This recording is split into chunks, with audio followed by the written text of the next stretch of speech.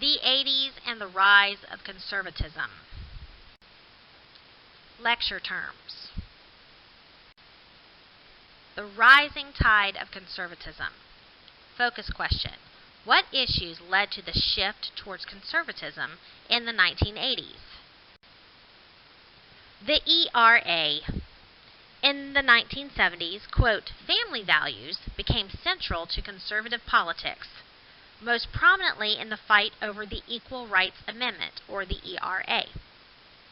The ERA was first proposed in the 1920s, and it was revived by a second wave of feminism.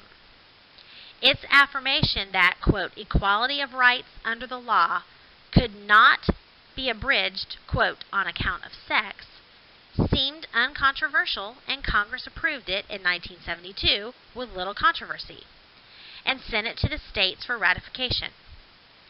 But it sparked protest from those who believed it would discredit the role of wife and homemaker. The ERA revealed divisions among women as well. To its supporters, the ERA guaranteed women's freedom in the public sphere. To its opponents, freedom for women was in their roles as wife and mother. Opponents claimed that the amendment would erode male breadwinners' support for their wives.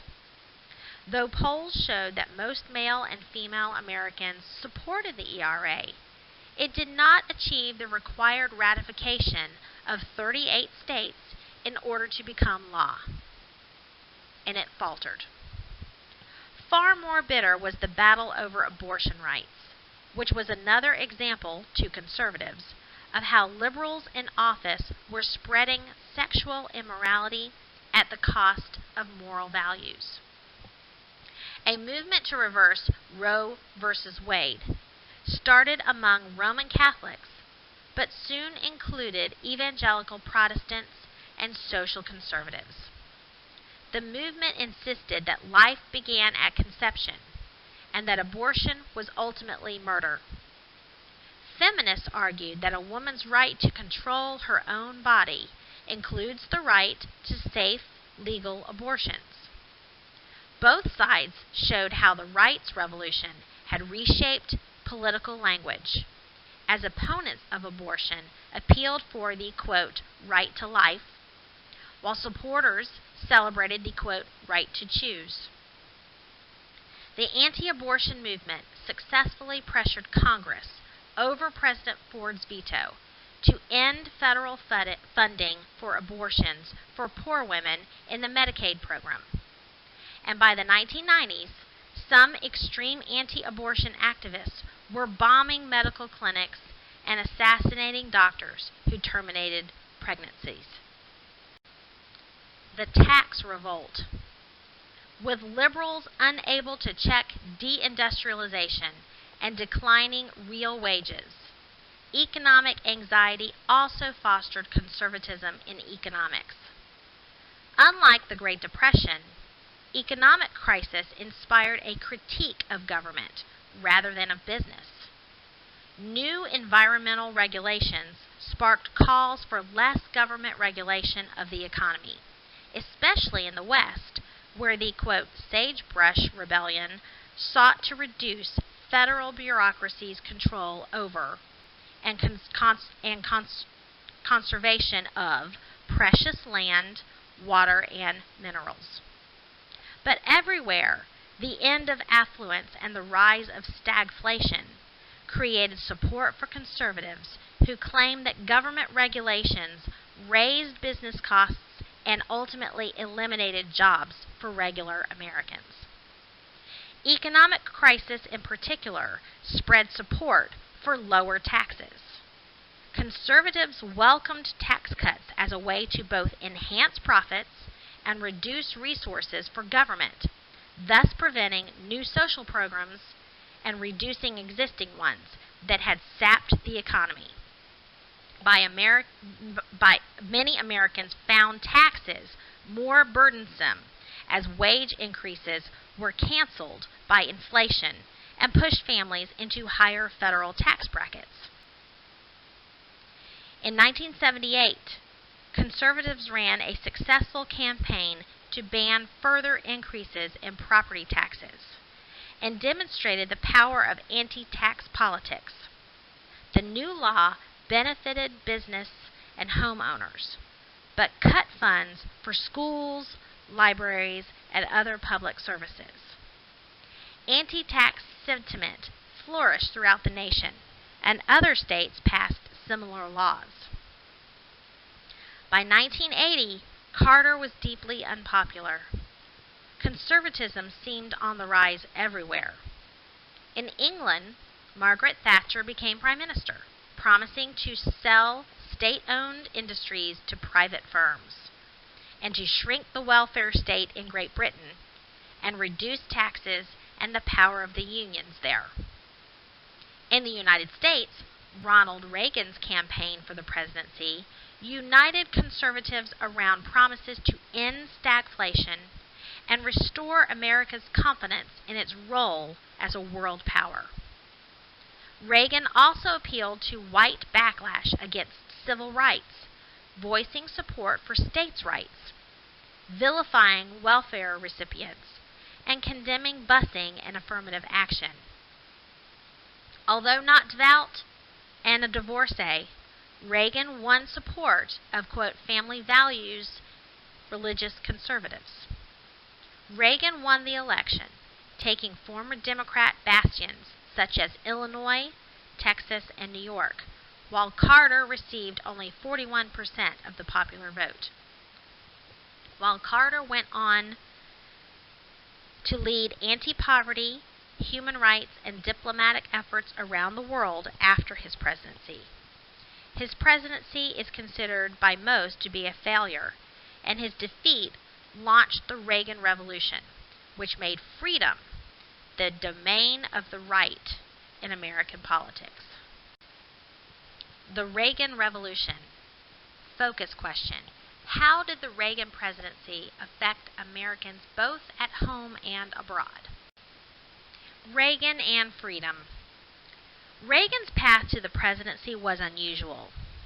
Originally a New Deal Democrat and head of the Screen Actors Guild, Reagan became the spokesman for General Electric in the 1950s, preaching the virtues of unregulated capitalism.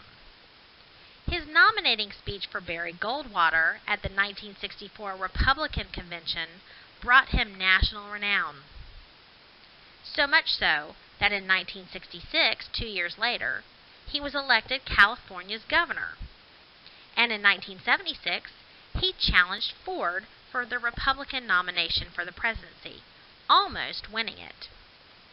His victory in the 1980 election against Carter brought together old and new conservatives, Sunbelt suburbanites and urban working-class ethnics, anti-government crusaders and aggressive cold warriors, and libertarians and the Christian right. He incorporated the whole package for all of them. Although Reagan, the oldest man ever to serve as president, was often underestimated by his opponents, he was politically experienced and a gifted public speaker whose optimism and good humor appealed to many Americans. Reagan made conservatism seem progressive, and he reiterated themes of America's mission to be an example of freedom in the world that had their origins in the American Revolution.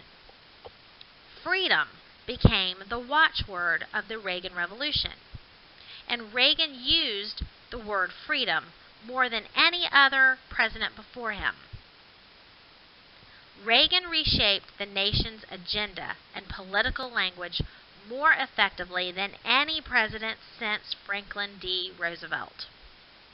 Reagan promised to free government from, quote, special interests, which he defined not as business groups, but as unions, minorities, and others who wanted to use Washington's powers to attack social inequalities. His Justice Department wanted to make the Constitution, quote, colorblind, and gutted civil rights enforcement. Reagan seized the terms of the debate, but put Democrats on the defensive. Reaganomics. While Reagan, like his predecessors, invoked, quote, economic freedom, he defined it as reducing union power, dismantling regulations, and radically reducing taxes. In 1981 and 1986, Reagan won tax reforms from Congress that dramatically reduced taxes for the wealthy and moved America away from the idea of progressive graduated income taxes. Reagan also appointed conservatives to lead regulatory agencies who reduced environmental and workplace safety opposed by business. Liberals since the New Deal had tried to fuel economic growth by using government power to raise Americans' purchasing power. Reagan, using what he called supply-side economics, but others called trickle-down economics, relied on high interest rates to curb inflation and lower tax rates for the business and the wealthy to stimulate private investment, arguing that once private investment was stimulated, that ultimately those wealthy who were getting the tax breaks would begin hiring more, and ultimately everybody's economic status would improve. This policy assumed that cutting taxes would make Americans at all income levels work harder because they would keep more of what they earned rather than pay it in taxes, and that everyone would benefit from increased business profits and a growing economy. This would also raise government revenues despite the lower tax rates, he argued. Reagan also began an era of hostility between government and labor unions. In 1981, when members of the Professional Air Traffic Controllers Organization, PATCO, the Air Traffic Controllers Union, went on strike in defiance of federal law, Reagan fired them all and used military to supervise air traffic until new controllers were trained. Reagan inspired many employers to launch anti-union offensives, and more businesses now hired workers to permanently replace those who had gone on strike. Manufacturing employment continued its long-term decline, further reducing union strength. When Reagan left office, both the service and retail sectors employed more Americans than manufacturing did, and only 11% of non-government workers were union members. Reaganomics, as critics called the administration's policies, initially created the most severe recession since the 1930s. But a long period of economic expansion followed that recession of 1981 to 1982. Reagan and his supporters argued that this proved Reaganomics worked. As employers reduced their workforces, shifted production overseas, and used new technologies, they became more profitable. Simultaneously, inflation dropped dramatically, in part because of greater oil production. The stock market rose, and despite a sharp drop in 1987, it continued to climb into the 1990s. Inequality. Reagan's policies, deindustrialization, and rising stock prices contributed to increasing economic inequality, meaning a bigger gap between the wealthy and the poor. By the mid-1990s, the richest 1% of Americans owned 40% of America's wealth. Yes, there was greater wealth in America, but it was controlled by a smaller proportion of Americans. This was twice the share of 20 years earlier. Most spent their income not on productive investments and charity, as a supply-side economist predicted, but rather on luxury goods, real estate speculation, and corporate buyouts that often led to plant closings. Middle-class income ultimately stagnated, especially for families with stay-at-home wives, while the income of the poorest declined even more. With less investment in public housing, the release of mental patients from state hospitals, and cuts to welfare, more and more Americans became homeless. Deindustrialization and the decline of unions particularly devastated minority workers, who only recently had one skilled work in union jobs.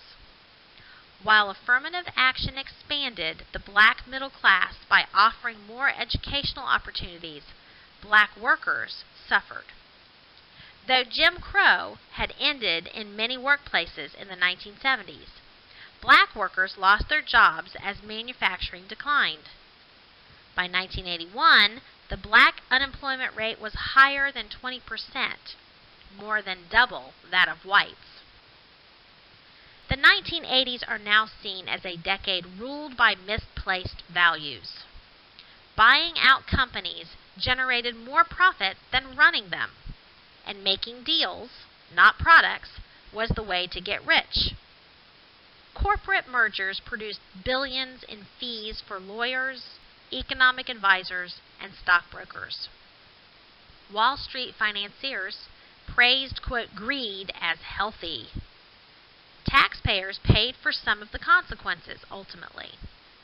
The deregulation of savings and loan associations allowed these institutions to invest in risky real estate ventures and mergers. When losses pushed the Federal Savings and Loan Insurance Corporation, which insured depositors' accounts, toward bankruptcy, the federal government bailed out the savings and loan institutions at a cost of $20 billion tax dollars. Though supply-side advocates argued that lower taxes would increase government revenues by stimulating economic activity, federal spending on the military, in particular, created enormous budget deficits. The national debt under Reagan tripled to $2.7 trillion. But Reagan remained very popular and easily defeated the Democratic candidate Walter Mondale in the 1984 election. Reagan's domestic and foreign policies. Reagan in some ways disappointed conservatives.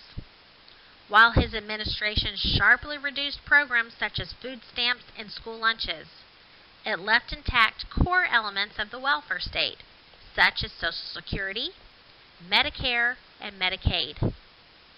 Reagan also did little for the Christian right. Abortion stayed legal, women continued to enter the labor force, and Reagan appointed the first female member of the Supreme Court, Sandra Day O'Connor. Reagan voiced support for a constitutional amendment that would allow prayer in public schools, but the effort went nowhere. Nancy Reagan, the First Lady, launched a, quote, "Just Say No" campaign against illegal drug use. But it failed to stop the spread of crack, a cheap form of cocaine, in urban areas. And Reagan did little to halt affirmative action. However, in foreign policy, Reagan revived the Cold War. He vigorously denounced the Soviet Union as a, quote, "evil empire," and started the largest military buildup in U.S. history, including long-range bombers and missiles. In 1983, he proposed a strategic defense initiative to develop a space-based system to intercept and destroy enemy missiles. This was known as the Star Wars program. The idea was not technologically feasible at the time, and if deployed, it would have violated the anti-ballistic missile treaty that was already in place. But Reagan wanted to reassert America's world power status. He pressed the North Atlantic Treaty Organization, NATO, into deploying short-range nuclear weapons in Europe. The renewed arms race that resulted, and Reagan's talk of winning a nuclear war, spread alarm and fear around the world. In the early 1980s, a mass movement in the United States and Europe called for a nuclear freeze, an end to nuclear arms development. Reagan also wanted to end Americans' reluctance to commit U.S. forces overseas, which was a result of the Vietnam failure. He sent troops to invade Grenada, a tiny Caribbean island, to remove a pro-Castro government there. He bombed Libya to retaliate against that government's alleged involvement in a terrorist attack in West Berlin. And in 1982, he sent U.S. Marines to Lebanon to keep the peace in a civil war, but quickly withdrew them after a bomb exploded at a U.S. barracks, killing 241 Americans. But Reagan preferred to achieve his objectives through military aid, not U.S. troops.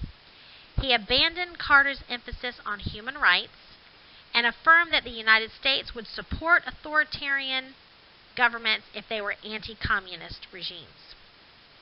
Under Reagan, the country became closer to anti-communist dictatorships in Chile and South Africa.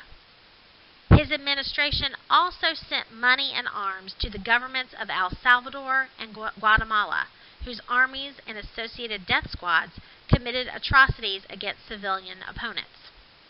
By amping up the Cold War, Reagan hoped to finally bring an end to it. But ultimately, that put the United States back in bed with dictatorships that did not promote civil rights or freedoms. Reagan's legacies. U.S. involvement in Central America created the great scandal of Reagan's presidency, the Iran-Contra affair.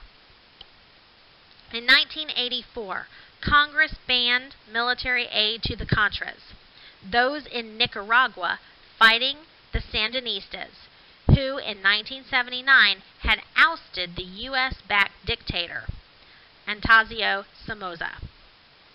In 1985, Reagan secretly authorized the sale of arms to Iran, that was then engaged in a war with Iraq, in order to get the release of the American hostages held by Islamic groups in the Middle East. But the director of the Central Intelligence Agency and Lieutenant Colonel Oliver North of the National Security Council diverted funds from the arms sales to buy military supplies for the Contras against Congress's ideas, in defiance of Congress.